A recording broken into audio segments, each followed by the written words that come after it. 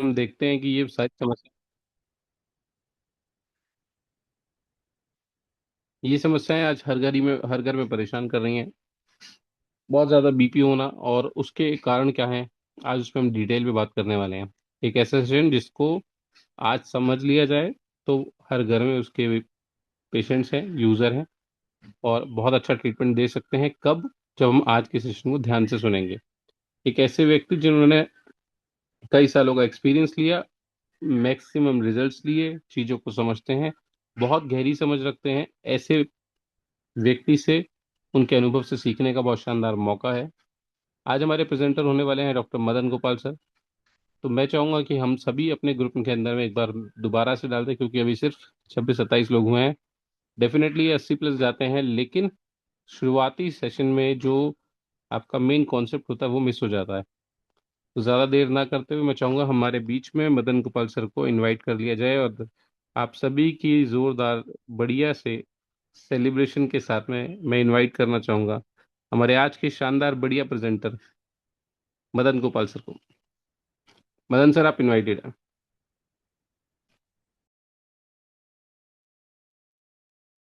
नमस्ते nature sir. नमस्ते। नमस्ते नेचर एवरीवन। आज मैं थैंक्स करना चाहूंगा हमारे ग्रेट मेंटर क्लब चैतन्य पूरे ही ऑर्गेनाइजेशन को, क्योंकि क्लब चैतन्य जीवन ने जो हमारे अंदर चेतना, जो हमारे अंदर ऊर्जा, जो हमारे अंदर साहस का, मतलब एक तरह से हर एक चीज हमें अगर देखी जाए, टाइम मैनेजमेंट भी हो गया, इससे पता भी नहीं लगा। और टाइम मैनेजमेंट इंसान के लिए बहुत जरूरी होता है। तो दोस्तों, अभी कुछ लोग और भी इनवाइट कर रहे हैं, तो शायद मैं 1 मिनट और लेना चाहूंगा।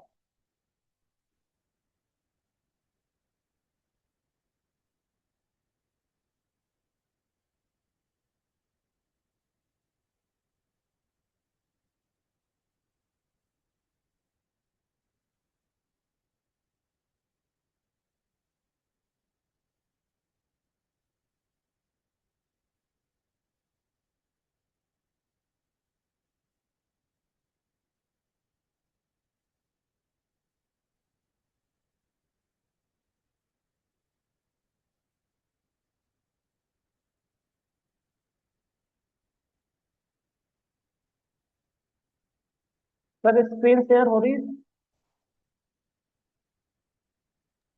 जी, स्क्रीन शेयर हो रही है। श्रीकांत सर। जी, स्क्रीन हो रही है शेयर।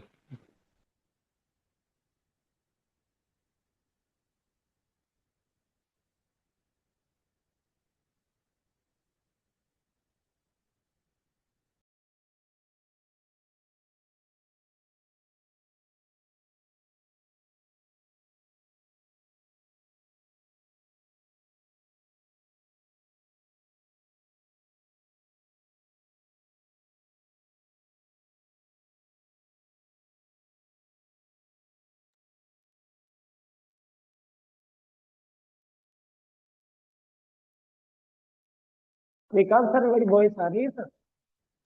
जी, आपकी आवाज और आपकी स्क्रीन दोनों ठीक है। ये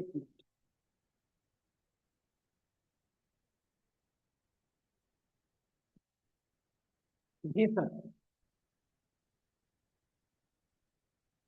सर, ये स्क्रीन शेयर हो रही है मेरी? हो रही है सर, हो रही है। Thank you sir, thank you.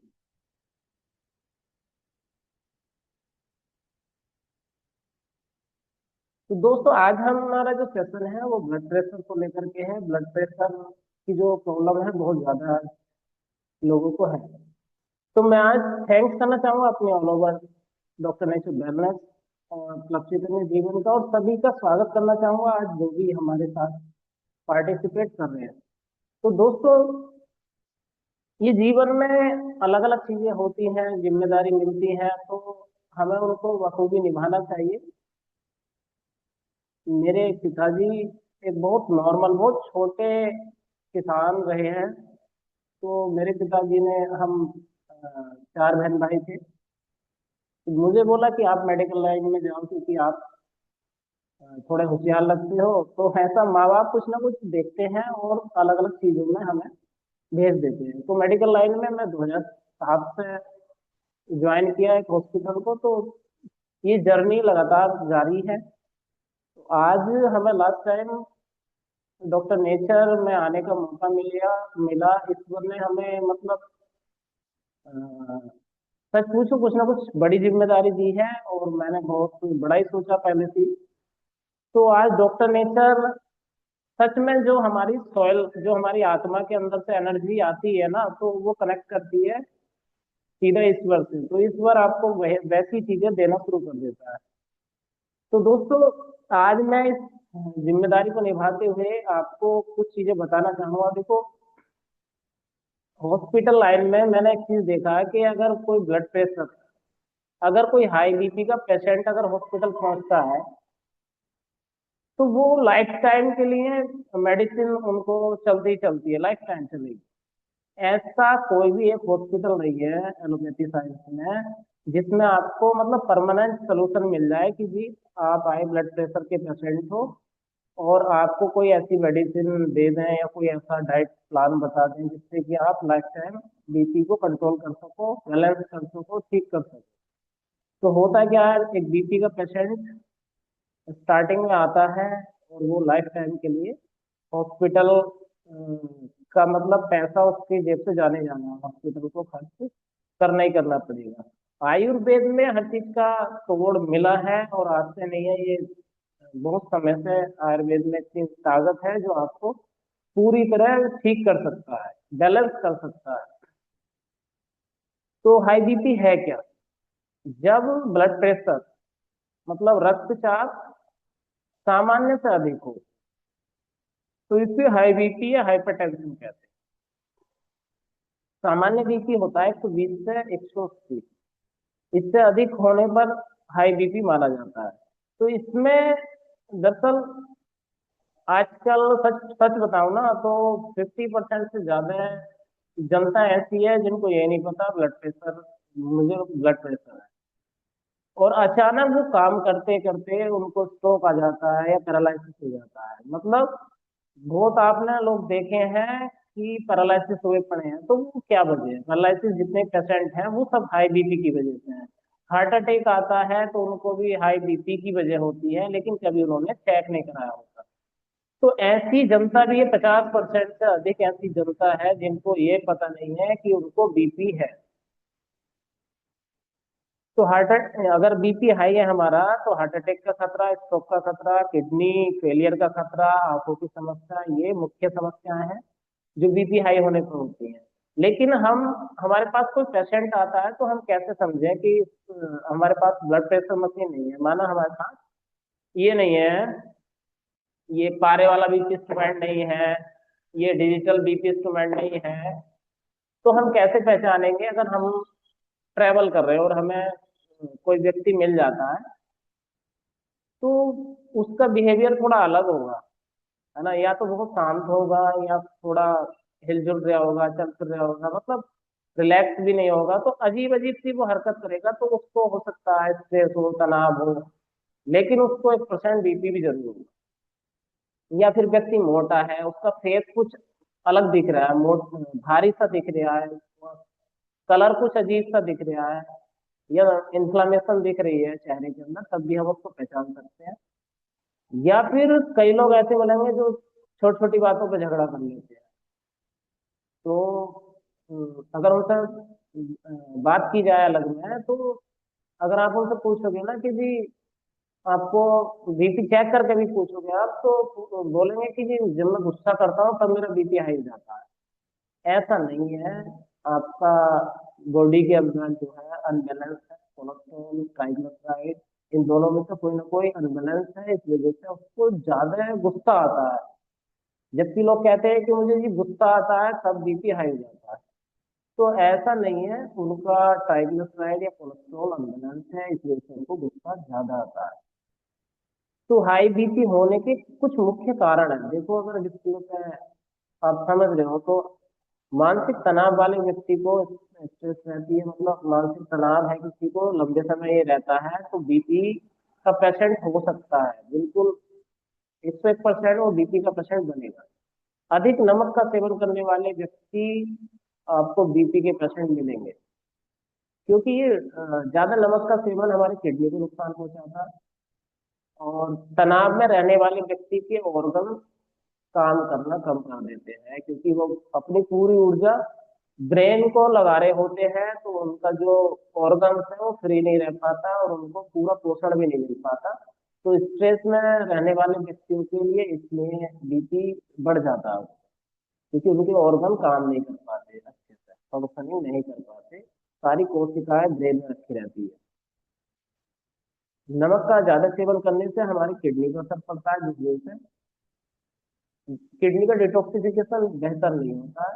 इस वजह से वो ग्लूकोज, मतलब हमारा जो पानी है बॉडी के अंदर वो बिगड़ जाता है, उसके अंदर ही ग्लूकोज गंदगी एक्स्ट्रा होने लगती है, इसलिए अ, मतलब बीपी हाई होने लगता है। तेज मसालेदार जो भोजन है, ज्यादा चिकनाई की हो, तेज मसाले हो, तेज मसाले मतलब मात्रा से अत्यधिक ही सेवन कर रहे हैं किसी चीज का, क्योंकि हमारा जीव जो है ये टेस्ट बता देता है कि हमको किस एवरेज में कौन सी चीज लेनी है।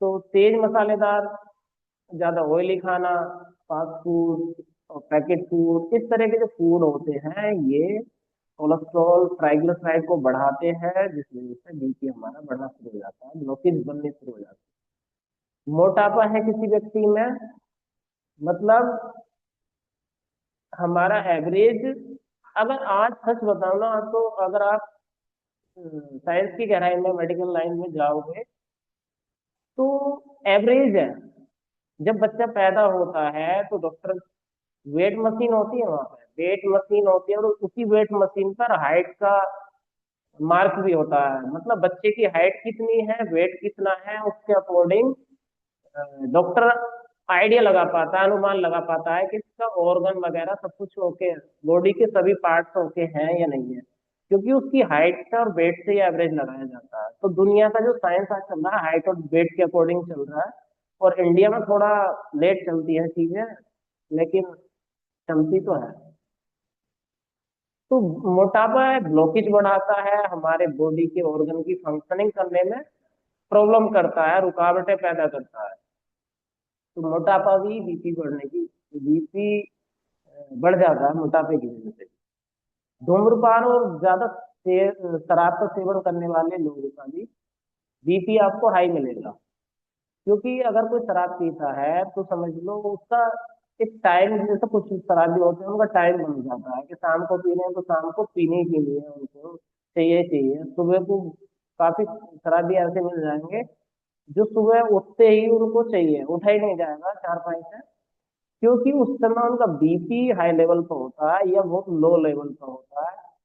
तो उनको लगता है कि शराब चाहिए, वो बीपी तो अपना चेक कराएंगे नहीं, अपनी बॉडी पे हेल्थ पे ध्यान देंगे नहीं, लेकिन उन्हें लगता है कि शराब पीने से ही उनका शरीर काम करेगा, तो इन लोगों को भी मतलब बीपी हाई की समस्या रहती है। अगर कोई व्यक्ति कम सोता है, अगर स्लीप अच्छी नहीं है, नींद अच्छी नहीं लेते, तब भी उन लोगों का बीपी हाई रहना शुरू हो जाता है। मतलब आपको एक गहरी नींद चाहिए चाहिए, चाहे वो 6 घंटे की हो, 5 घंटे की हो, 7 घंटे की हो, एक मतलब गहरी नींद, डीप स्लीप होनी चाहिए। तो कई लोग ऐसे होते हैं कि मैं सोता हूँ तो 10 घंटे भी सोता हूँ, लेकिन नींद, पता चल रहा है कि नींद उनकी टूटती रहती है। तो कई पेशेंट आपको मरीज ऐसे मिलेंगे कि वो, उनका सच निकलवाना पड़ता है। कई बार हम ना किसी को मतलब ट्रीटमेंट दे रहे होते हैं, इलाज कर रहे होते हैं, तो पेशेंट कभी सच नहीं बताता, 1% चीजें वो रह जाती हैं, तो कई बार हमें निकलवाना पड़ता है।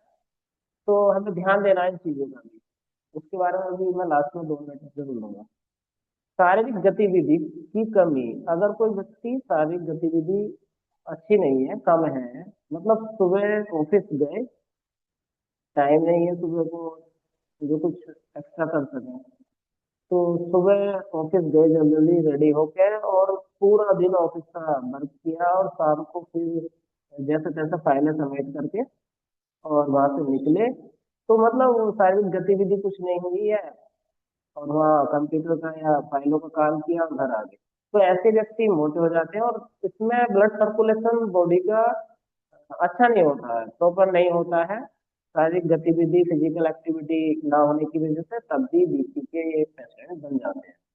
अनुवांशिक जेनेटिक कारण मतलब, अगर हमारे माता या पिता में कोई प्रॉब्लम है, जैसे अभी हम हैं, तो हम अपनी हेल्थ पे ध्यान ना दें, हमें डायबिटीज हो जाए, बीपी हाई की समस्या हो जाए, थायराइड हो जाए, कुछ भी एक्सवाइजेड, हमारे अंदर टॉक्सिन आ जाए, और हम अभी फिट नहीं है, और हम मतलब एक बच्चे की तैयारी कर रहे हैं कि हमें बच्चा करना है अगले 1 साल 2 साल में, और हम स्वयं फिट नहीं है, तो ऐसे में जेनेटिक इश्यूज हो जाते हैं।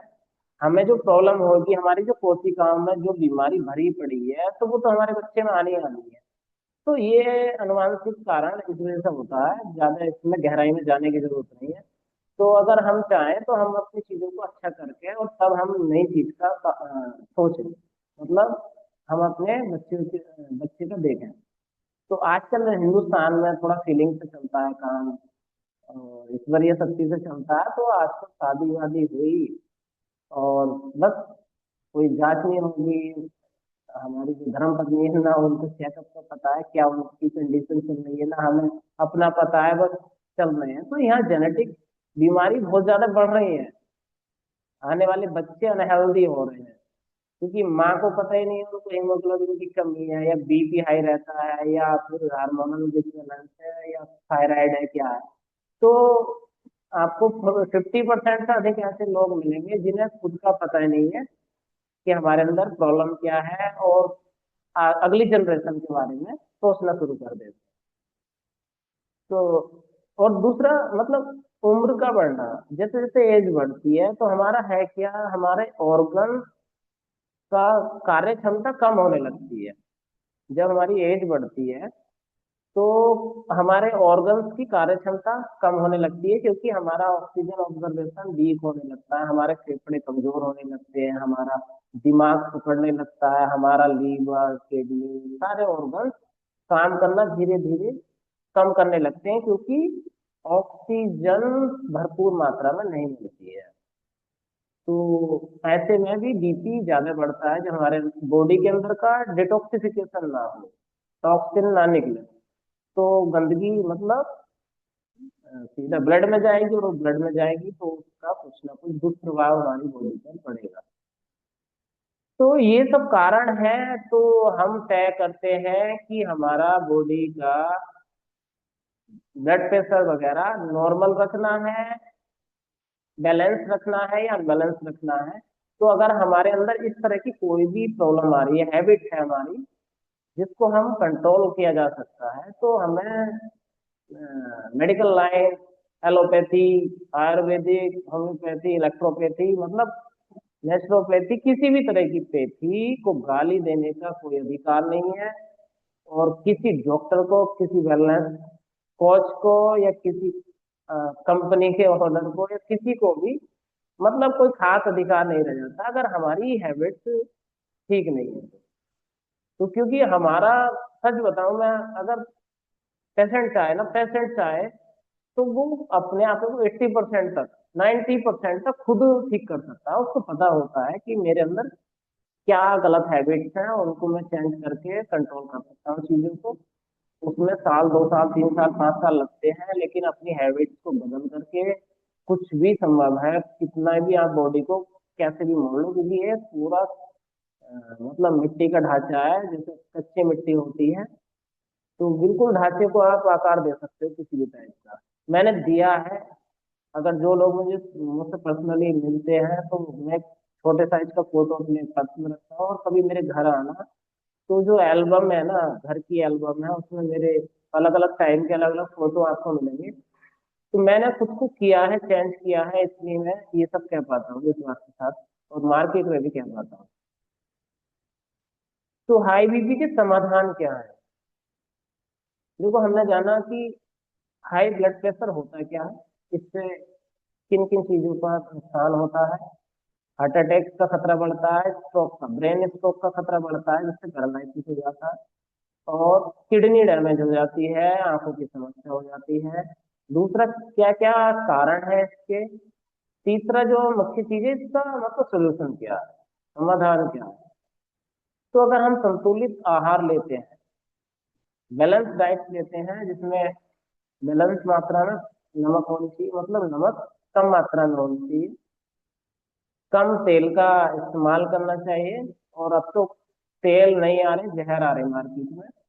तो हमें तेल कौन सा खाना है, तो ये भी देखना है। डॉक्टर नेचर का जैसे प्योर प्योर ऑयल आता है अपना, अ, सरसों का कच्ची घानी वाला। मैं फैक्ट्री विजिट करने गया तो मैंने वहाँ सरसों का तेल मैं खुद स्पेलर पे पिलवा करके लाया, क्योंकि सरसों हमारे घर की भी हो जाती है। तो स्पेलर पे जाते हैं तो यहाँ लोकल में तो इतना हीट आती है उसके तेल के अंदर से, तो मतलब उसके जो पोषक तत्व हैं वो 70-60% तक नष्ट हो जाते हैं तेल पिलने के समय पे। तो अपना डॉक्टर नेचर का बिल्कुल कोल्ड प्रेस है, बिल्कुल। अगर तेल के आगे मैंने हाथ लगाया वहां पे तो नॉर्मल बिल्कुल ठंडा तेल निकल गया, बहुत हल्का हल्का। और यहाँ तो पूरी तेजी से चलता है और इतना हीट होकर आता है बहुत ज्यादा। तो कच्चा घानी का मस्टर्ड ऑयल अपना बहुत शानदार तेल है, उसके अंदर भरपूर मात्रा में पोषक तत्व रहते हैं जो उसके अंदर होते हैं। तो अभी मार्केट में तेल, ऑयली चीजें जो आ रही हैं बहुत जहरीली आ रही हैं, और बार बार तल करके चीजें आ रही हैं। तो हमें अपने आहार को, अपने फूड को, अपने खाने को ठीक करना है, बैलेंस करना है। अच्छा खाना खाना है जिसमें अधिक फल लेना है, अधिक सब्जियां लेनी है, और फाइबर युक्त भोजन लेना है। कई लोग क्या है, जूस पर डिपेंड हो गए हैं। अभी मैं दिल्ली या दूसरी जगह जाता हूँ, कई जगह मेट्रो में या दूसरी जगह देखता हूँ, तो छोटे छोटे बच्चे, 12-12, 13-13 साल के बच्चे, 14 साल के बच्चे, मतलब थैला थैले ले मिलते हैं जिसमें फास्ट फूड ऑर्डर किए हुए होते हैं या खुद जा करके लेके आ रहे होते हैं। तो उनका वेट मैं देख रहा हूँ, इतने इतने मोटे हैं, और उनकी वो कितनी हाई प्रोफाइल्स हैं वो भी देखा मैंने। तो मतलब ये लोग जा कहाँ रहे हैं?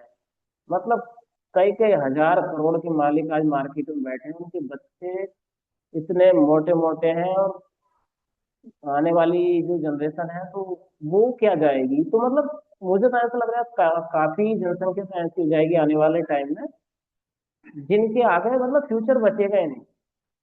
वो सिर्फ बीमारी को ढोंगे और कुछ नहीं। जैसे आज वो देख लो, अंबानी जी को देख लो, तो भगवान करे उनका नेक्स्ट जनरेशन अच्छा हो, अच्छा हेल्दी पैदा हो। लेकिन अभी का हाल देख लो, क्या अनहेल्दी बॉडी को लेकर के, मतलब लोग क्या क्या बोलते होंगे, कुछ मतलब आइडिया नहीं। तो हमें अपने फूड को, अपने आहार को, अपने भोजन को, अपने खाने को अच्छा बनाना है। उसके लिए हमारी क्लासेस होती है अलग अलग, है ना? तो संतुलित आहार लें, उसके लिए स्पेशल डाइट प्लान के ऊपर हमारी स्पेशल क्लासेस होती हैं। तो आपको ज्यादा से ज्यादा क्लास ज्वाइन करना चाहिए, जिससे आपको पता लग सके संतुलित आहार कैसा होता है। उसमें कार्बोहाइड्रेट, प्रोटीन, फाइबर, है ना, और विटामिन, मिनरल्स, किन किन चीजों से कैसे बैलेंस करना है, कैसे मिलते हैं, और अनहेल्दी फूड क्या है। तो इसके ऊपर हाँ लिख रहे हैं यहाँ पे चैट बॉक्स में, लिख रहे हैं कि मोटे बच्चे चश्मा भी लग जाता है उनको, मतलब बहुत सारी आंखों की समस्या होती है। तो जो एक संतुलित आहार है वो हम कैसे तैयार कर सकते हैं सुबह से शाम तक का, तो उसके लिए हमारी अलग क्लासेस होती है, तो आप समझ सकते हैं। सेकंड, हमारा नियमित व्यायाम, मतलब हमें रेगुलर व्यायाम करना चाहिए। एक्सरसाइज, फिजिकल एक्सरसाइज करनी चाहिए, कम से कम आधे घंटे 1 घंटे हमें फिजिकल एक्टिविटी करनी चाहिए, जिससे हमारी बॉडी को अच्छी, मतलब हमारी बॉडी के अंदर ब्लड सर्कुलेशन प्रॉपर पूरी बॉडी में अच्छा हो पाए। क्योंकि हमारे बॉडी के अंदर ऐसा तो नहीं बड़े बड़े पाइप नसें हुई, बड़े बड़े पाइप में बहुत छोटी छोटी नसें होती हैं, वेन्स होती हैं। उसके अंदर ब्लड को पहुंचाना, मतलब हमारे हार्ट पे कितना दबाव पड़ रहा होगा, तो हमारा फिजिकल एक्टिविटी हो जाएगी तो हार्ट की पंपिंग फास्ट हो जाती है, तो हार्ट तेजी से मूव करता है, बढ़ता है। तो ब्लड सर्कुलेशन भी छोटी छोटी नसों में प्रेशर के साथ पहुंच ही जाता है। तो हमारी एक्टिविटी डेली होनी चाहिए। और आगे तनाव कम करें, तो तनाव को ध्यान, प्राणायाम या योग के माध्यम से हम ध्यान करके भी अपने तनाव को बैलेंस या तनाव स्ट्रेस मैनेजमेंट कर सकते हैं। तो स्ट्रेस मैनेजमेंट भी बहुत जरूरी है। क्यों? देखो, मैं इसको साधारण भाषा में खुद को समझाता हूँ। अगर हम बिल्कुल जिस समय माइंड से बिल्कुल फ्री होते हैं, बिल्कुल फ्री, किसी तरह की चिंता नहीं होती है, तब हमें मतलब एक अलग ही दुनिया होती है हमारी। जैसे हम खेल रहे होते हैं, है ना? अगर हम खेल रहे होते हैं या हम किसी संगीत में खोए हुए हैं, तो बिल्कुल अलग दुनिया में पहुंच जाते हैं। तो उस समय किसी तरह का स्ट्रेस नहीं होता, कोई तनाव नहीं होता है।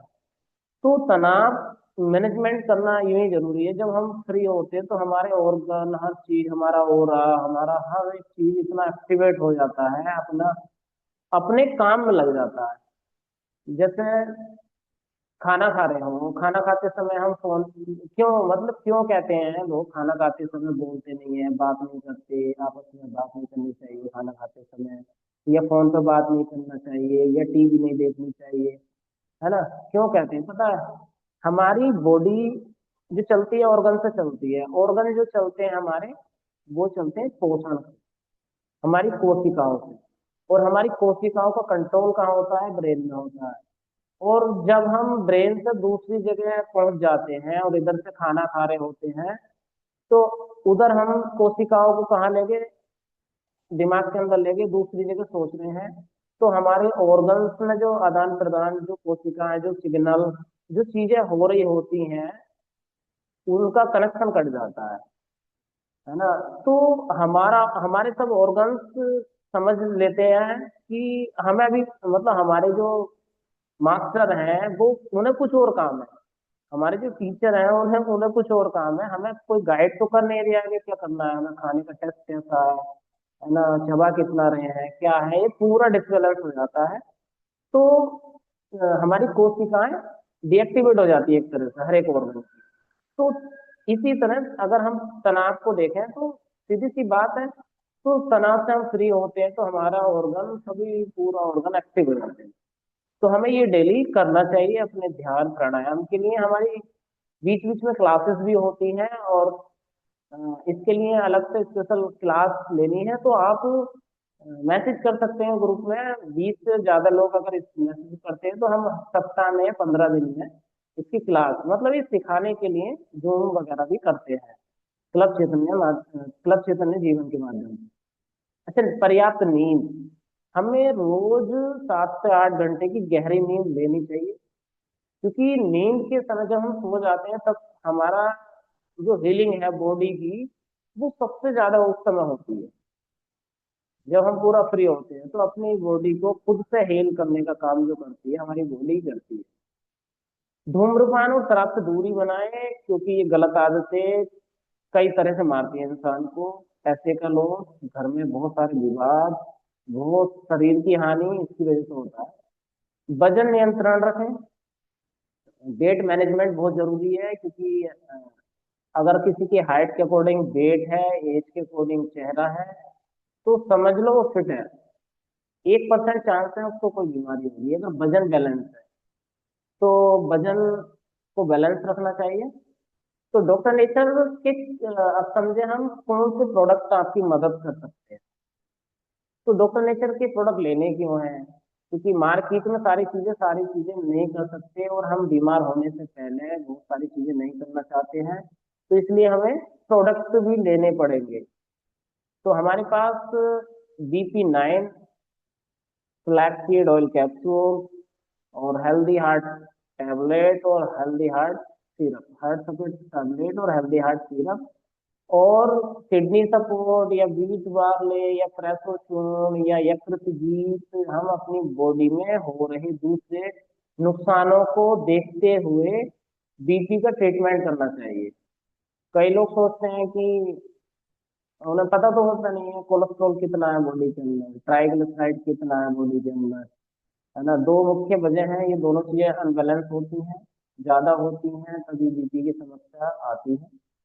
तो उसके लिए मैं थोड़ा 2 मिनट और लूंगा।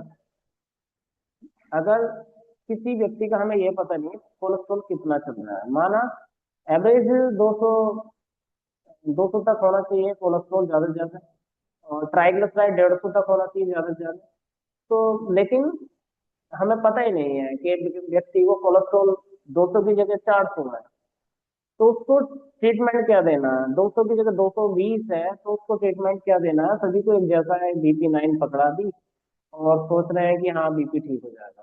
उसके ऑर्गन्स में कहाँ क्या प्रॉब्लम आई है? किडनी में कोई खराबी तो नहीं आई है, लीवर अच्छे से काम कर रहा है नहीं कर रहा, व्यक्ति की व्यक्ति का पेट साफ हो रहा नहीं हो रहा, वो खाना कैसा खा रहा है, वो नींद कैसी ले रहा है, वो फिजिकल एक्टिविटी कैसी है, वो स्ट्रेस में तो नहीं है कोई, वेट उसका कंट्रोल करना है नहीं करना। तो ये सारी चीजों को ध्यान में रखते हुए अगर काम करते हैं तो हमें अच्छा रिजल्ट मिलता है, अच्छे परिणाम मिलते हैं।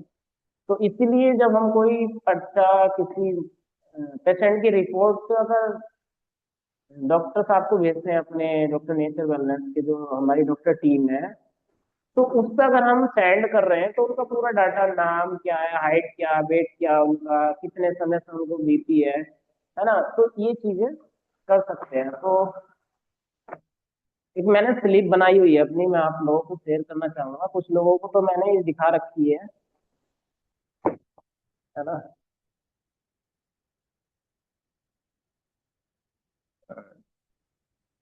ये सो रही है सर आपको? श्रीकांत सर? जी। तो हो रही तो सर हो ये रही है। स्लीप, जी जी, थैंक यू। ये Doctor Nature Wellness Private Limited की मैंने एक स्लिप बनाई है यहाँ, इस पे लिखा हुआ सर, नाम क्या है ना, अपने डॉक्टर टीम का नाम है अपना, नाम मैंने लिख रखा है, ODNW वेलनेस कोच हूँ मैं, ये लिख रखा है ना। नाम क्या है पेशेंट का, एज क्या है, मेल फीमेल है, सेक्स क्या है उसका, डेट डेट कौन सी डेट में हम उसको देख रहे हैं, और मोबाइल नंबर क्या है पेशेंट का, है ना, हाइट क्या है, वेट क्या है। तो ये डाटा नॉर्मल हो गया। इसके बाद इसमें लिखा हुआ WHO के अनुसार एक स्वस्थ शरीर के लिए शारीरिक, मानसिक व सामाजिक तौर पर फिट होना चाहिए, इसमें हम आपकी मदद कर सकते हैं, है ना। कैसे डॉक्टर नेचर शारीरिक, मानसिक, सामाजिक तौर पर व्यक्ति को फिट कर सकता है अकेला डॉक्टर नेचर वेलनेस। तो जिस तरह का व्यक्ति सवाल लाता है या जिस तरह की उसकी प्रॉब्लम होती है, उसी प्रॉब्लम के हिसाब से हमें काम करना है। किसी को बिजनेस प्लान भी जरूर देना है फर्स्ट टाइम में। अगर व्यक्ति सामाजिक तौर पर परेशान है, पैसा नहीं है उसके पास, या समाज में उसकी कोई मान सम्मान इज्जत नहीं है और वो स्ट्रेस लेता है, तनाव में रहता है, तो सामाजिक तौर पर भी हम उसको अपने डॉक्टर नेचर में ला सकते हैं, वो आराम से काम करेगा स्टार्टिंग से ही बढ़िया। दूसरा, मानसिक तौर पर अगर किसी वजह से मानसिक स्थिति किसी भी वजह को लेकर खराब है, प्रॉब्लम है, तब भी डॉक्टर नेचर वेलनेस उसकी मदद कर सकता है। शारीरिक प्रॉब्लम है तब भी डॉक्टर नेचर व्यक्ति को ठीक कर देगा। तो 3 स्थिति होती है, शारीरिक, मानसिक, सामाजिक। तो ये लाइन लिख रखी है। तो पेशेंट के साथ अब हम बात कर रहे हैं, पेशेंट हमारे पास आया, हम कह रहे हैं, हम देख रहे हैं पेशेंट की मुख्य समस्या क्या है। उसको BP से प्रॉब्लम नहीं है, BP उसका 200 हो जाए, उसको प्रॉब्लम है कि उसको नींद नहीं आ रही, उसको घबराहट हो रही है, उसको कभी सीने में दर्द हो जाता है, उसको गैस बनता है, उसको भूख नहीं लगती, उसको चक्कर आते हैं, है ना। तो उसकी समस्या ये है, उसे नहीं पता BP कितना है उसका। ऐसे लोग आज 80% मिल जाएंगे आपको मार्केट में। तो उसकी इन चीजों पर हमें ध्यान देना है कि उसे नींद अच्छी आने के लिए, जैसे मैंने भी प्रोडक्ट बताए हैं डिस्प्ले पे देख रहे होंगे आप, तो प्रोडक्ट बताए हैं उनके लिए। तो इसमें स्लिप बेल ऐड भी करना है किसी पेशेंट का जिसको नींद नहीं आ रही। स्लिप बेल जूस है ना अपने पास, तो उसका बहुत अच्छा रिजल्ट है। मैंने BP की तो मतलब 20 से ज्यादा पेशेंटों का रिजल्ट ले चुका हूं। तो मुख्य समस्या पे काम करना है। अगर व्यक्ति दर्द बता रहा है तो उसको पीड़ांत सीरप या पीड़ांत टैबलेट जरूर देनी है, क्योंकि उसको दर्द कम करना है। तो मुख्य समस्या सबसे ऊपर रहनी चाहिए हमारी। अच्छा, किसी तरह का तनाव तो नहीं है व्यक्ति को, ये भी हमें उससे बात करनी चाहिए, है ना। तो उससे हमारे लिए और भी रास्ते खुलते हैं। तो किसी तरह का स्ट्रेस तो नहीं ले रहा, तो उसके हिसाब से हमें ब्रेन सपोर्ट टैबलेट या स्लिप बेल जूस, है ना, ये उसको ऐड करानी करानी है। कितने समय से वो समस्या है व्यक्ति को, कितने समय से है, मतलब 10 साल से व्यक्ति परेशान है, तो आपसे आ गया किसी के बताने से, लेकिन आपसे इलाज नहीं करेगा वो। जो व्यक्ति 10 साल से ठीक ही नहीं हुआ है, वो आपसे इलाज नहीं करेगा। आप सोचोगे आपके पास आ गया तो दवाई लेके जाएगा, नहीं लेके जाएगा। वो तब लेके जाएगा जब उसको भरोसा हो जाएगा कि 10 साल में जो कोई ना कर पाया, आप कर सकते हो, या आपका डॉक्टर नेचर कर सकता है, या डॉक्टर टीम कर सकती है जयपुर की, या दिल्ली में बैठी हुई डॉक्टर हमारी अजमा मैम कर सकती हैं। जब उनको बिलीव होगा कि 10 साल में कोई नहीं कर पाया, और मुझे आज लगता है कि मैं यहाँ से ठीक हो सकता हूँ, तब जाके स्टार्ट करेंगे ये व्यक्ति। तो उनका कितने समय से है ये भी डाटा लिखना है।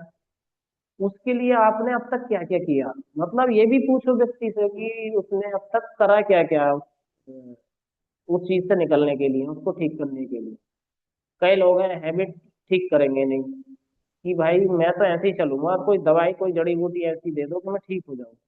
तो भाई अगर वो अपनी चीजों को, मतलब ड्रिंक छोड़ेगा नहीं और बीपी ठीक करना चाहेगा, किडनी लीवर ठीक करना चाहेगा, तो कैसे संभव है।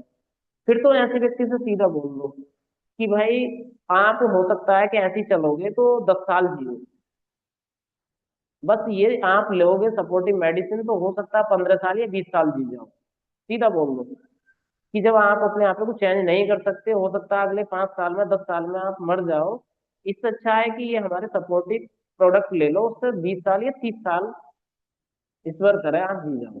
तो सीधा बोल दो। पहले प्यार से 10 मिनट 20 मिनट आधे घंटे आपने प्यार से बात करनी है, उसके बाद भाई साहब आप कुछ भी बोलो, सुन लेगा व्यक्ति, लेकिन शुरू में नहीं बोलना है कुछ भी तकड़ी बात, शुरू में नहीं बोलनी है। पहले एक दूसरे को समझ लो, उसके बाद आप बोलोगे तो उसे वो बात अच्छी लगेगी, है ना।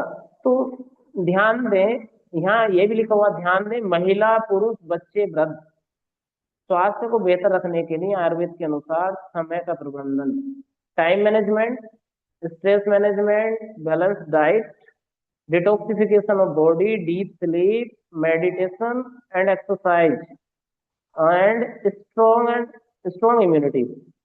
मतलब समय का प्रबंधन, तनाव प्रबंधन, संतुलित आहार, शरीर का विषण, अच्छी नींद, ध्यान, व्यायाम, मेडिटेशन, रोग प्रतिरोधक क्षमता को बढ़ाना।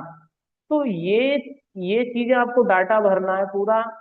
और उसके नीचे भी लिख दो आप कि उसके पास रिपोर्ट है नहीं है, मतलब उसका लिपिड बिगड़ा हुआ है, लिपिड प्रोफाइल कितना है, उसका एलएफटी कितना है, उसका सीबीसी कितना है, उसका केएफटी कितना है, उसने क्या क्या टेस्ट करा रखे हैं। तो कई बार क्या होती है, खाली बीपी है मुझे, दूसरा पता ही नहीं, कभी शुगर टेस्ट ही नहीं कराई, उसको शुगर तो नहीं है साथ में, उसने एलएफटी कभी कराया नहीं, उसको फैटी लीवर की समस्या तो नहीं है ना, उसने दूसरे टेस्ट कराया नहीं कराया। तो थोड़ा सा मतलब मुख्य मुख्य चीजें, मुख्य मुख्य चीजें आपको, ये तो नॉर्मल चीज, हमारी दादी नानी माता पिता बड़े बूढ़े ये सीधी बात करना जानते थे पहले, है ना। अगर उनसे परहेज पूछो तो खट्टा मीठा चावल, खट्टा मीठा चावल और बादी, खट्टा मीठा चावल बादी, खट्टा मीठा चावल बादी। मतलब आज आज 100 प्रोडक्ट लिख देंगे डाइट में कि मतलब ये नहीं खाना, ये नहीं खाना, ये नहीं खाना, ये नहीं खाना। मतलब हमारी दादी नानी पुरानी जो कुछ चीजें बताते चले आए हैं, तो वो 4 शब्दों में, चार वो 2.5 अक्षर प्रेम के पढ़े सो पंडित हो, तो मतलब वो वाली कहानी थी। लेकिन आज कितनी चीजों का ज्ञान लेने के बाद व्यक्ति फिट नहीं रख पा रहा है। तो मुख्य मुख्य चीजों पर ध्यान देना, आपको ये नहीं सोचना है कि भाई क्या नाम है ये बीपी, आपको ये नहीं देखना है कि बीपी में एक 120/80 होना चाहिए नॉर्मल एमएम, और एच जी क्या होता है, ये बात की चीजें हैं, ये बात की चीजें हैं। आपको मुख्य चीज पता होना चाहिए कि 120/80, ऊपर का बीपी 120 होना चाहिए, नीचे का बीपी 80 तक होना चाहिए। इतनी नॉलेज बहुत है आपको, है ना। इससे क्या क्या होता है, घबराहट होती है, चक्कर आते हैं, नींद अच्छी नहीं आती, गैस बनता है ना। तो या सीने में कोई दुकान है, इस तरह की प्रॉब्लम पूछ लो छुट्टी।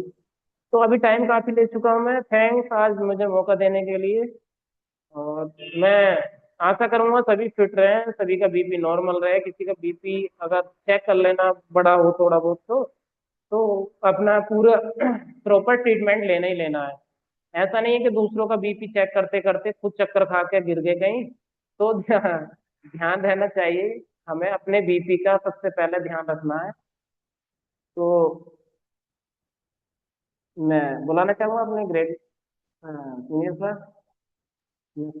Thank you so Siddharth much sir sir. को। Thank you so much Madan ji, बहुत शानदार सेशन देने के लिए। और जो चार्ट आपने शेयर किया है वो काबिल तारीफ है, कमाल का है। तो जब हम किसी भी अपने व्यक्ति के सामने, जिस नए व्यक्ति से हम मिल रहे हैं या पुराने या हमारे डिस्ट्रीब्यूटर भी हैं, जब उनको इस तरह से गाइड करते हैं तो डेफिनेटली हमारी भी वैल्यू वो ज्यादा करने लगते हैं। उनको समझ में आता है कि वो किसी प्रोफेशनल के साथ कहीं ना कहीं एसोसिएटेड हैं, और उनको ज्यादा बेहतर तरीके से चीजें समझ में आनी शुरू होती हैं। तो थोड़ी सी जानकारी और आप लोगों के साथ में शेयर करना चाहूंगा, जो दो तीन बातें प्रत्येक व्यक्ति को पता होनी चाहिए। पहली बात, बीपी क्या है और कैसे बढ़ता है, सिर्फ इतनी बात जरूर पता होनी चाहिए।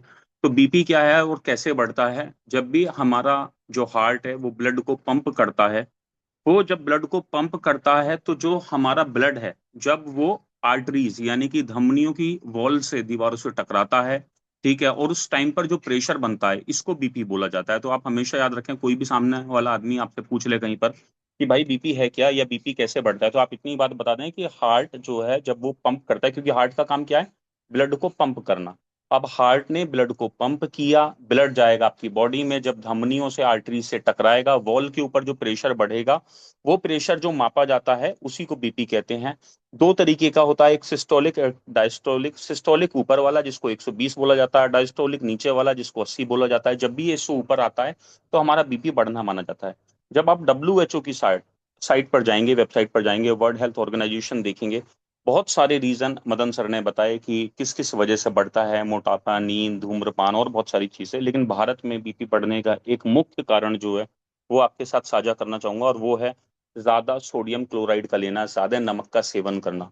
औसतन भारत के अंदर लगभग हर व्यक्ति एक दिन के अंदर 10 से 12 ग्राम नमक का इस्तेमाल करता है, जबकि WHO, वर्ल्ड हेल्थ ऑर्गेनाइजेशन, पूरी दुनिया के स्टैंडर्ड ह्यूमन बॉडी के हिसाब से कहते हैं कि एक ह्यूमन बॉडी को एक दिन में 4 से 5 मिलीग्राम नमक का इस्तेमाल करना चाहिए। यानी कि हमारे शरीर के हिसाब से हमें जितना नमक का इस्तेमाल करना चाहिए उससे डबल डबल उससे डबल, और बहुत सारे लोगों को तो ये देखने में आता है कि वो कहीं कुछ हद तक ट्रिपल, 3 टाइम्स उस नमक का सेवन कर रहे हैं। अब इसके मुख्य कारण क्या हो सकते हैं? भारत के अंदर हमारी संस्कृति में अलग अलग विविधताएं पाई जाती हैं। तो अचार, पापड़, नमकीन या पैकेट फूड, जैसे कि तमाम तरीके के पैकेट फूड जो आ रहे हैं, या जंक फूड, या जब आप पिज्ज़ा खाते हैं तो आपको फील होता होगा, या मोमोज जब आप खाते हैं, बर्गर खाते हैं, आजकल नई जनरेशन खाती है, तो एक सीधी सी बात फील होती है कि इसमें ज्यादा एक्स्ट्रा सोडियम क्लोराइड है, इसमें ज्यादा अलग या ज्यादा तरीके से ऊपर से। कुछ लोगों को भारत में आप क्या देखेंगे, बहुत सारे लोगों को, कि उन्हें सैलेड में स्पेशली खूब सारा नमक डालने की आदत है, ठीक है, दाल में हल्का सा नमक कम रह गया ऊपर से, और जब भी आप नमक ऊपर से डालते हैं तो वो कहीं ज्यादा कंपैरेटिवली हानिकारक हो जाता है। क्या करना चाहिए, क्या नहीं करना चाहिए? हमें हमेशा ये ध्यान रखना चाहिए कि हम कभी भी खाने में अगर नमक हमें कम लग रहा है तो ऊपर से खाने में नमक ना डालें, ठीक है। हम क्या करें, नमक जैसे कि अभी बता रहे थे कि अगर बीपी बढ़ चुका है या बीपी बढ़ रहा है तो हमको क्या करना चाहिए? रोज मॉर्निंग वॉक करना चाहिए, एक्सरसाइज करनी चाहिए, मेडिटेशन करने चाहिए, ये सारी चीजें करनी चाहिए। क्योंकि अगर जब जब भी आपका बीपी बढ़ेगा, बहुत सारी ऐसी महिलाएं जो देखने में सामने स्टडीज में आया है कि जो धूम्रपान भी नहीं करती हैं, हाउस वाइफ हैं, सही संतुलित आहार भी उनके हिसाब से लेती हैं, उनके भी आप डाइट में एक चीज को देखेंगे तो वो क्या होगा कि नमक का ज्यादा सेवन होगा। इस वजह से उनका बीपी जो है वो ज्यादा होना शुरू हो जाता है। वो लोग जो अल्कोहल का सेवन करते हैं उनका बीपी डेफिनेटली बढ़ता है। जब भी बीपी बढ़ेगा तो आपको कौन सी शिकायत आएंगी? ब्लड प्रेशर हाई होगा, इसके साथ में हार्ट अटैक का खतरा बढ़ जाएगा, स्ट्रोक के चांसेस बढ़ जाएंगे, किडनी पर आपकी एक्स्ट्रा दबाव आएगा, किडनी में प्रॉब्लम हो सकती है, शरीर में वाटर रिटेंशन हो सकता है, सूजन बढ़ सकती है। नमक ज्यादा लेने से हमारी हड्डियों में कैल्शियम की कमी भी होती है, या बीपी जब ज्यादा बढ़ता है, ठीक है, तो भी हमें क्या होगा, कैल्शियम की कमी होगी। पेट के कैंसर का खतरा जो है कंपैरेटिवली वो बढ़ जाएगा, ठीक। तो इस तरीके की बहुत सारी दिक्कतें होने लगती हैं। जब भी कभी आप किसी ऐसे व्यक्ति को देखेंगे जिसका बीपी बढ़ता है, उसको क्या लगेगा? बार बार प्यास लगेगी, या चेहरे पर या पैरों पर सूजन आ सकती है, और बहुत सारी चीजें। नमक खाने के बाद में क्या होगा, ज्यादा आप नमक ले रहे होंगे, ब्लड प्रेशर बढ़ेगा, वजन जो है वो भी बढ़ता है। तो आप वेट लिफ्टर, बॉडी बिल्डर जो एक्सरसाइज करते हैं, आप देखेंगे कि उनकी बॉडी में इतनी कटिंग कैसे आती है, क्योंकि वो शुगर के साथ साथ नमक को भी अपनी बॉडी से बिल्कुल खत्म करते हैं। जब भी जितने स्पोर्ट्स पर्सन हैं, जितने आप एथलीट्स को देखते हैं जो बॉडी बिल्डिंग शो में जाते हैं, वो पिछले 5 6 7 दिन से बिल्कुल भी 0.1% भी नमक पर नहीं होते, उसी से उनकी बॉडी के अंदर कटिंग आती है। तो हमें ये देखना है सही मात्रा में नमक खाने से क्या होगा, पानी का संतुलन आपकी बॉडी के अंदर प्रॉपर बना रहेगा, मांसपेशियां जो हैं वो आपकी सही से काम करेंगी। जब कम नमक आप खाते हैं तो ब्लड प्रेशर आपका सामान्य रहता है, और इलेक्ट्रोलाइट्स का जो बैलेंस है वो आपकी बॉडी में बना रहता है। और ज्यादा आगे की जानकारी के लिए आपने एक चीज समझने की कोशिश करी कि अगर इस तरीके की प्रॉब्लम हमारे सामने आ रही हो तो हमको क्या करना चाहिए। मदन सर ने बताया कि हमें BP 9 जैसा प्रोडक्ट, या हमारा क्या बोलते हैं ओमेगा हो गया, हेल्दी हार्ट हो गया, वो लेना चाहिए।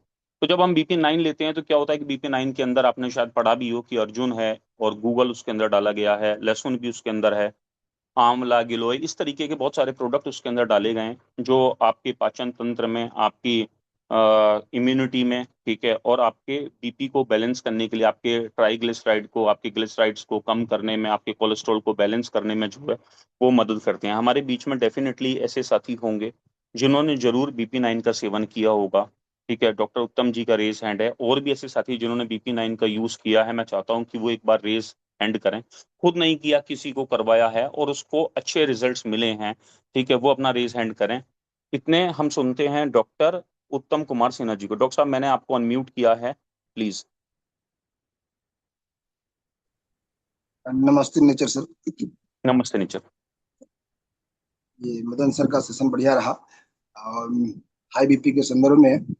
और सर, मैं उसमें ऐड करना चाहूंगा कि कुछ कुछ पेशेंट को हम लोग प्रैक्टिकली भी देखते हैं कि वो ज्यादा नमक खाने की वो चॉइस करते हैं। जैसा कि सर आप बता रहे थे कि ज्यादा नमक नुकसान करता है, सही करता है। लेकिन आके सवाल उठता है सर कि कुछ कुछ पेशेंट ज्यादा नमक खाते ही खाते हैं। तो मतलब वो लाख मना कर देंगे लेकिन वो नहीं।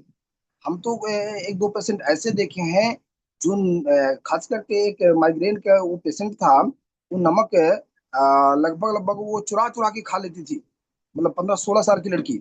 और उसका सर दर्द इतना भयानक कि सर बहुत जगह से दिखा के थक गई थी, बड़े डॉक्टरों से नहीं ठीक हो रहा था। हमारे पास आई, नाड़ी वगैरह भी मैंने देखा, चेक किया। तो एक ही सवाल कहा कि ये बच्ची, उनकी माँ से बोला कि ये बच्ची नमक ज्यादा खाती है क्या? हाँ सर, हाँ तुम सही पकड़े हैं, वो नमक इतना खाती है कि छुपा कर रख दे तब भी ले लेती है। तो आखिर वो पेशेंट नमक क्यों खाता है? क्योंकि सर वो पेशेंट का किडनी कमजोर होता है। किडनी का वीकनेस जो है उसको नमक को खींचता है।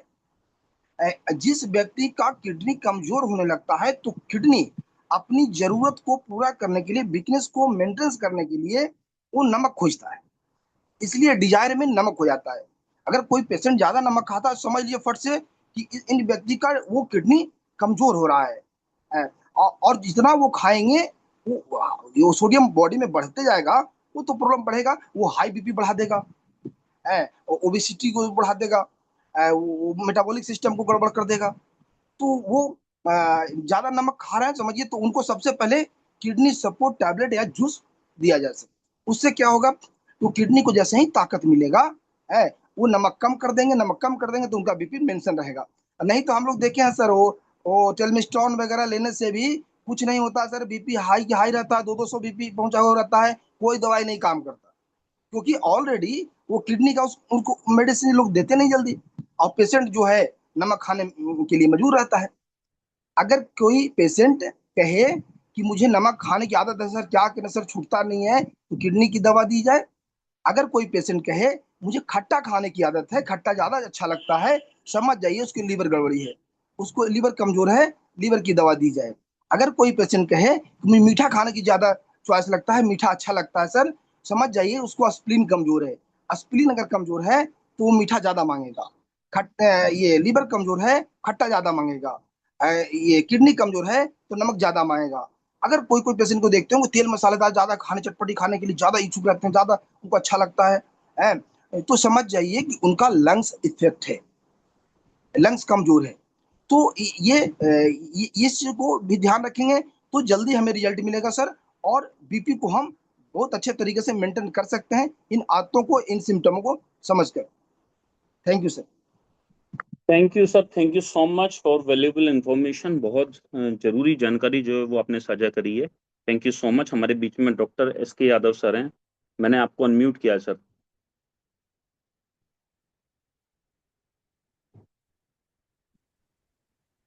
नमस्ते नेचर सर। नमस्ते नेचर। सबसे पहले मदन गोपाल जी को धन्यवाद, उन्होंने बहुत अच्छा इन्फॉर्मेशन आज दिया बीपी के बारे में। उसके साथ साथ आपको भी और उत्तम सर को भी उन्होंने अच्छा कंक्लूजन किया, क्योंकि जो जानकारी बीपी के लिए जरूरी है वो सारे चीज आज बताए गए हैं। इतना अगर इन्फॉर्मेशन हम लोग रखते हैं बीपी के संबंध में, तो जाहिर सी बात है कि बहुत हद तक हम लोग इसको क्योर करने में सक्षम रहेंगे। बीपी एक कारण से नहीं होता है, इसके कई कारण हैं जो सब चीज़ अभी बताए जा चुके हैं। तो बीपी का मरीज जो भी आता है उसको आइडेंटिफाई करना होता है कि आखिर किस कारण से इसका बीपी बढ़ा हुआ है। उसके कारण को पता लगा करके उसके अकॉर्डिंग मेडिसिन का सिलेक्शन करना होता है।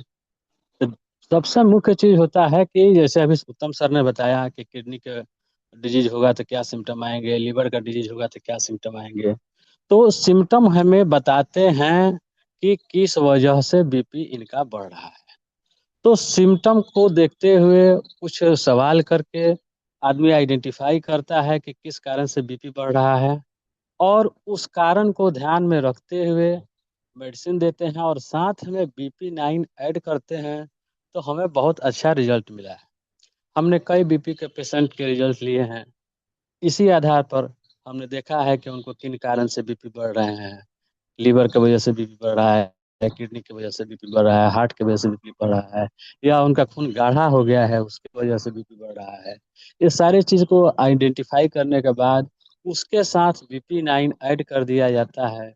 तो जाहिर सी बात है कि बेहतर से बेहतर रिजल्ट मिलता है।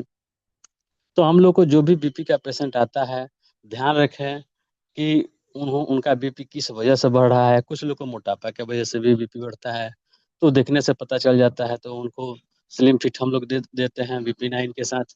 तो जब भी हम लोग BP9 दें तो उसके साथ साथ जरूर ध्यान रखें कि पेशेंट को और कौन से प्रोडक्ट देने जरूरी है। उनको किडनी का प्रॉब्लम है तो हम उनको किडनी सपोर्ट जूस दे सकते हैं। मतलब जो भी आइडेंटिफाई हो उसके साथ BP9 हम लोग ऐड करें तो परफेक्ट रिजल्ट मिलता है। केवल BP9 हम लोग देते हैं तो कहीं हमको रिजल्ट मिलेगा भी, नहीं भी मिलेगा। तो हम यही कहना चाहेंगे कि बीपी के जितने कारण आज बताए गए हैं उस कारण को ध्यान में रखते हुए BP9 को अगर हम लोग ऐड करते हैं तो बेहतर से बेहतर रिजल्ट ले पाएंगे। Thank you very much. SK Yadav sir, मैं डॉक्टर नहीं हूँ और हमारे आसपास हमारे जो लोग हैं बहुत सारे वो डॉक्टर नहीं हैं, तो बीइंग ए डॉक्टर, अगर मैं आपसे जी। एक बात पूछूं कि एक व्यक्ति देखने में सामान्य लगता है सामने से, लेकिन उसका बीपी हमेशा बढ़ा रहता है, वो बहुत ज्यादा हम्म। मोटा भी नहीं है, लेकिन वो पहली शिकायत हमसे करता है और हम ये सही से डायग्नोस नहीं कर पाते कि किस हम्म। रीजन की वजह से बढ़ रहा है, लेकिन उसकी ये कंप्लेंट है कि उसका बीपी बढ़ता है। सबसे पहली वो चीज जो बीइंग ए डॉक्टर आप उसके लाइफ स्टाइल में चेंज करना चाहेंगे, वो क्या क्या होंगे? देखिए, पहले जरूरी हो जाता है पेशेंट को समझना। तो पहला सवाल होता है पेशेंट से, जब भी पेशेंट आता है उसके बॉडी को देखते हैं कि बॉडी स्ट्रक्चर उसका कैसा है, उसके प्रवृत्ति को पहचानते हैं, उसमें क्या बढ़ा हुआ है, कफ पित्त वात की प्रवृत्ति को पहचानते हैं। उसके बाद उसके रुचि को पूछते हैं, उसका रुचि क्या है। इससे बहुत कुछ हमको जानकारी मिल जाता है कि किस सेगमेंट में इसको प्रॉब्लम होगा। उसके बाद उसको देख लेते हैं कि इस सेगमेंट में प्रॉब्लम हो सकता है। तो उसके बाद समझ में नहीं आता है तो कोई ना कोई टेस्ट भी लिख सकते हैं। अगर लीवर का सेगमेंट आ रहा है तो हम लोग लीवर का टेस्ट लिख सकते हैं लीवर फंक्शन टेस्ट के लिए। किडनी का अगर कोई सिम्टम आ रहा है, कहीं स्वेलिंग दिख रहा है उसको, तो उसके लिए हम KFT की सलाह दे सकते हैं।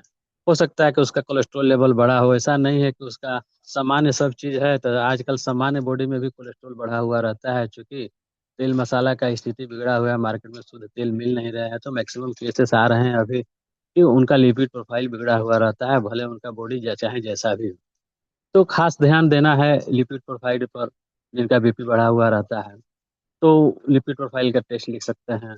तो कहीं ना कहीं आइडेंटिफाई में कुछ ना कुछ आ ही जाएगा, क्योंकि बिना कारण BP बढ़ता नहीं है। उनका खान पान का पूछ सकते हैं, आप क्या खाते हैं क्या पीते हैं, तो वो अपना खान पान बता सकते हैं, लाइफ स्टाइल बता सकते हैं। तो जब पेशेंट से हम बात करते हैं तो कुछ ना कुछ बात निकल कर आ ही जाता है कि खान पान गड़बड़ है, लाइफ स्टाइल गड़बड़ है, या मान लीजिए इनका ऑर्गन कोई डैमेज हो रहा है। या कोई सिम्टम वैसा बता ही देता है जिसको हम मतलब कि जो आइडेंटिफाई अगर करें तो कुछ न कुछ उसमें निकल ही जाता है।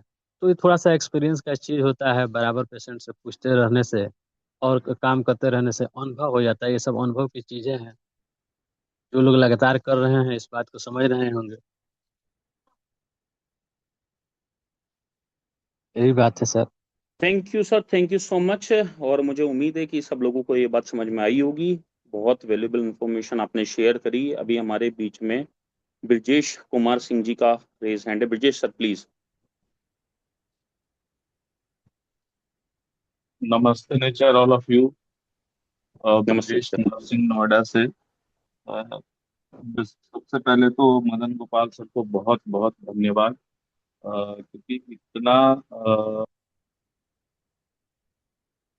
देने के लिए, क्योंकि उनके सेशन में या उनकी जानकारी में सबसे पहले ये था कि बीपी है क्या, उसके बाद किस कारण से होता है, फिर उसको कैसे हम ठीक कर सकते हैं, हमारे डॉक्टर नेचर में क्या क्या मेडिसिन है। तो एक कंप्लीट जानकारी के लिए बहुत बहुत धन्यवाद। बाकी जितने लोगों ने भी इसमें वैल्यू एडिशन किया हुआ है, जैसे आशीष सर, जैसे एस के यादव सर, या हमारे ये सिन्हा साहब, डॉक्टर सिन्हा जी, तो आप सबका बहुत बहुत आभार। और मेरे पास एक छोटी सी जानकारी है बीपी से रिलेटेड, वो मैं आपसे शेयर करना चाहूंगा।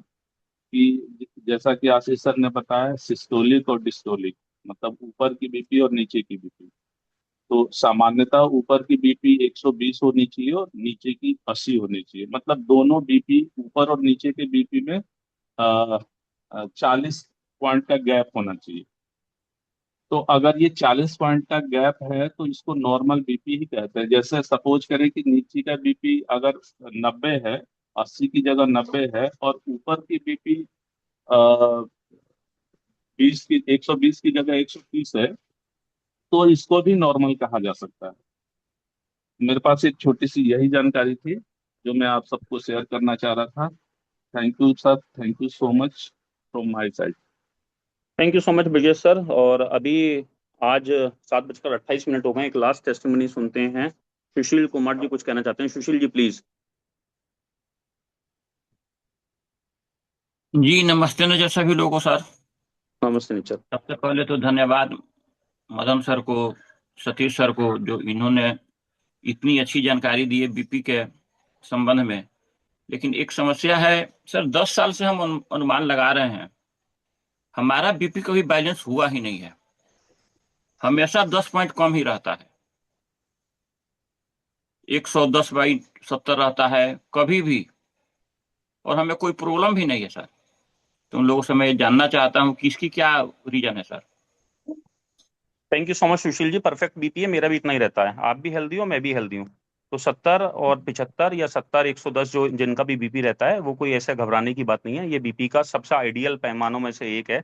80 120 और 70 110 भी जो बीपी हो, परफेक्ट बीपी है। और एज बढ़ने के साथ हमारा कई बार बीपी बढ़ता है। मोस्टली लोगों में आप देखेंगे जिनकी एज बढ़ रही है उसके बाद भी बीपी बढ़ता है। लेकिन आपकी एज 40 की तो हो गए होंगे नहीं, अभी 42 45, कितनी एज आपकी? 47 का है सर, 47। अरे इतने यंग हैं, इससे बढ़िया बीपी हो ही नहीं सकता। इसमें कोई सर घबराने की जरूरत नहीं है, बहुत अच्छा बीपी है। Sir thank you. 70 और 110 का मतलब हुआ कि 40 का गैप है, तो ये नॉर्मल बीपी माना जाएगा। जी जी जी। Thank you so much. और आज शाम को एक बेहद महत्वपूर्ण सेशन है कि डायरेक्ट सेलिंग में आप अपनी लीडरशिप को कैसे बिल्ड करें। श्रीकांत सर का एक शानदार सेशन आज शाम को होने जा रहा है। कंपनी का जो टाइम है 8 बजे, कंपनी लेवल पर जो प्रोग्राम होता है। मैं चाहता हूं कि इसमें हमारे सभी साथी ज्यादा से ज्यादा संख्या में शिरकत करें। कैसे हम बेहतरीन लीडरशिप को आगे डेवलप कर सकते हैं, कैसे अपने बिजनेस को बढ़ा सकते हैं, कैसे अपने बिजनेस को नेक्स्ट लेवल तक लेकर जा सकते हैं, कैसे अपने लोगों को अच्छा वेलनेस कोच बना सकते हैं, कैसे वेलनेस सेंटर ज्यादा से ज्यादा ओपन करवा सकते हैं। तो इस कड़ी में ज्यादा से ज्यादा लोगों को शाम को बुलाइए, क्योंकि ये बड़ा महत्वपूर्ण सेशन होने वाला है आज शाम ठीक 8 बजे। Thank you so much everyone for participating here. कल सुबह फिर मिलेंगे मॉर्निंग मंत्रा में, और आज शाम मिलेंगे श्रीकांत सर के सेशन में। Thank you so much and thank you so much to everyone. नमस्ते नेचर।